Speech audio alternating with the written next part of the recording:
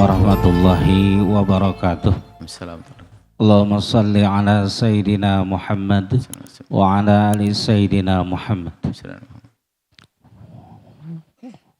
Mohon maaf dan mohon izin Buya, saya mau bertanya. Dulu tahun 1988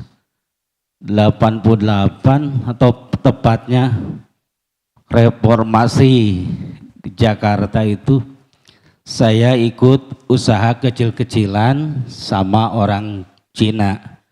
Alhamdulillah tanpa syarat kita saling percaya usaha kita sama orang tersebut. Pertanyaannya, waktu itu kita belanja kekurangan uang, tapi orang tersebut, orang Cina itu percaya sama kita tanpa syarat. Jadi kekurangannya 98.000 rupiah. Dari tahun 89 atau 99 ya waktu itu ya, 98, 99 lah. Sampai hari ini saya teringat terus karena waktu itu semua orang yang ada di Jakarta ketakutan Buya. Termasuk orang Cina itu. Udah 1 bulan kemudian terjadi itu, saya datang ke tokonya tutup. Orangnya sudah tidak ada. Yang jadi pertanyaan saya, bagaimana caranya saya untuk mengembalikan uang yang 98.000 itu terhadap orang tersebut. Sampai hari ini saya teringat terus Buya. Mohon jawabannya dan pencerahannya dari Buya. Sebelumnya ucapkan terima kasih dan semoga Buya senantiasa dalam bimbingan dan ridhonya Allah Subhanahu wa taala. Amin. Ya rabbal alamin. Wassalamualaikum warahmatullahi wabarakatuh.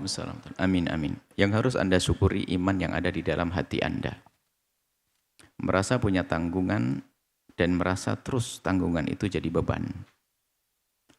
Sebab ada orang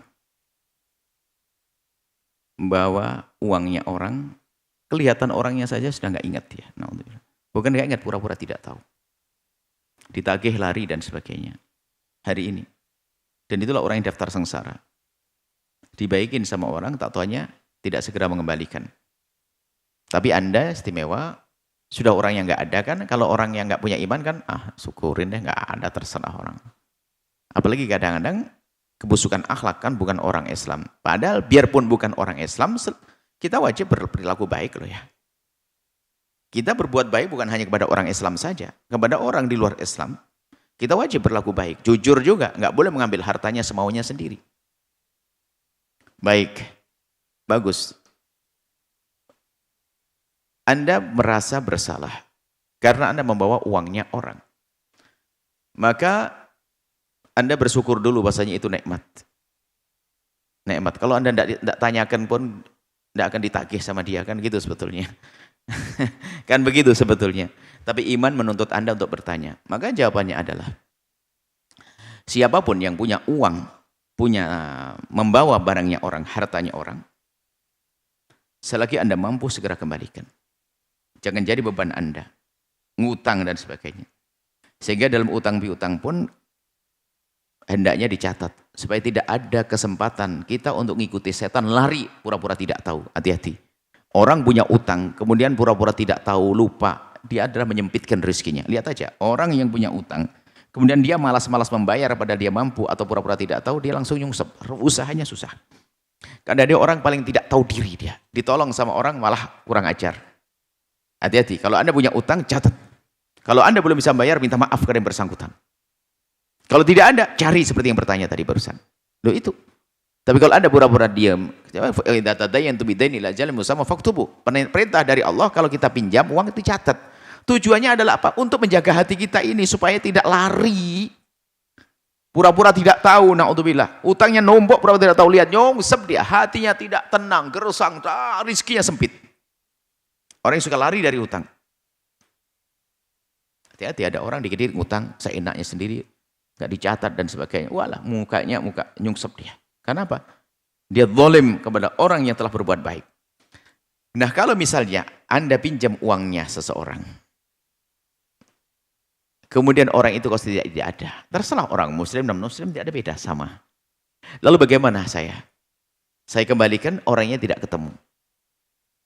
Anggap saja utang, biarpun ini adalah urusan bisnis ya, kelebagaan hati beliau, utang kurang lebihnya. Maka yang pertama adalah, harus Anda keluarkan dari kocek Anda. Kalau ada daulah, negara yang menjamin keamanan harta, Anda titipkan di Baitul Mal. Bahwasanya ini uangnya fulan dan saya tidak tahu rimbanya di mana.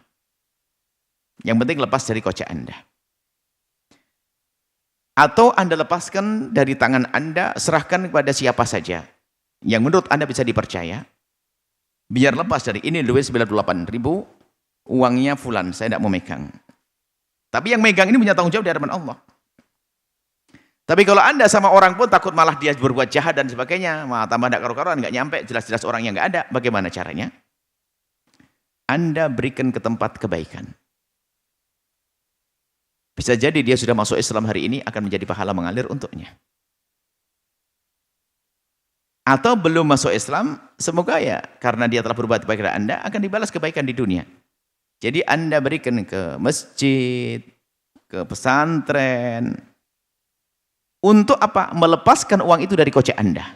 Biar kalau Anda, semoga panjang umur, kalau Anda wafat, tidak ada duitnya orang yang nyangkut di harta Anda lalu diwaris oleh anak Anda. Nah cuman yang kedua ini ada resikonya. Baru Anda masukkan kotak amal masjid 98.000, tatanya orang yang datang, Assalamualaikum, Pak Haji, masih ingat tak? Anda wajib ganti. Tapi yang kemarin sudah masuk, jadi sedekah buat Anda. Tapi kalau seandainya tidak ketemu dengan orang itu, wah, pahala bagi Anda, pahala bagi beliau kalau masuk Islam. Kalau belum, akan diberi kebaikan dia di dunia. Seperti itu. Yang penting apa? Lepaskan dari kocek Anda. Sebab kalau tidak akan diwaris oleh anak-anak kita. Kurang lebih semuanya seperti itu. Kalau Anda bawa hartanya orang yang sudah tidak ada, dengan cara semacam inilah Anda untuk bisa membebaskan diri Anda daripada tuntutan di akhirat. Biarpun pada orang non-muslim kita dituntut loh di akhirat. Nggak boleh kita berbuat boleh pada orang non-muslim sekalipun. Pada orang kafir nggak boleh. Ini saja, wallahu a'lam bishawab. Sahabat Al-Bahjah TV, setelah menyaksikan video ini, jangan lupa bersolawat kepada baginda Nabi Muhammad. Shollu ala Nabi Muhammad. Allahumma sholli alaihi wa ala alihi wa sahbihi.